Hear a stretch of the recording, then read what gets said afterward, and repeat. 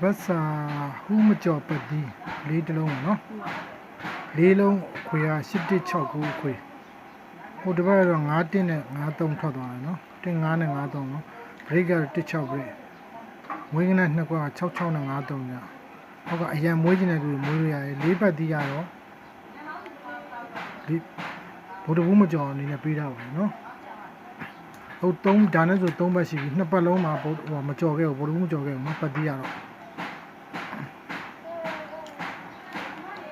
အဲကြောင့်ပတ်တီးလိုက်တဲ့ဒီမှာပတ်တီးပဲတီးတတ်တယ်နော်ပတ်တီးလိုက်မယ်ဘေးနာ9ကွက်လေးရမ်းပြီးထိုးပါမယ်နော်40 48 46 49 45နော်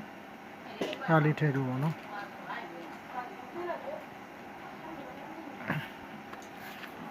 အားလုံးပဲကံကောင်းကြပါစေ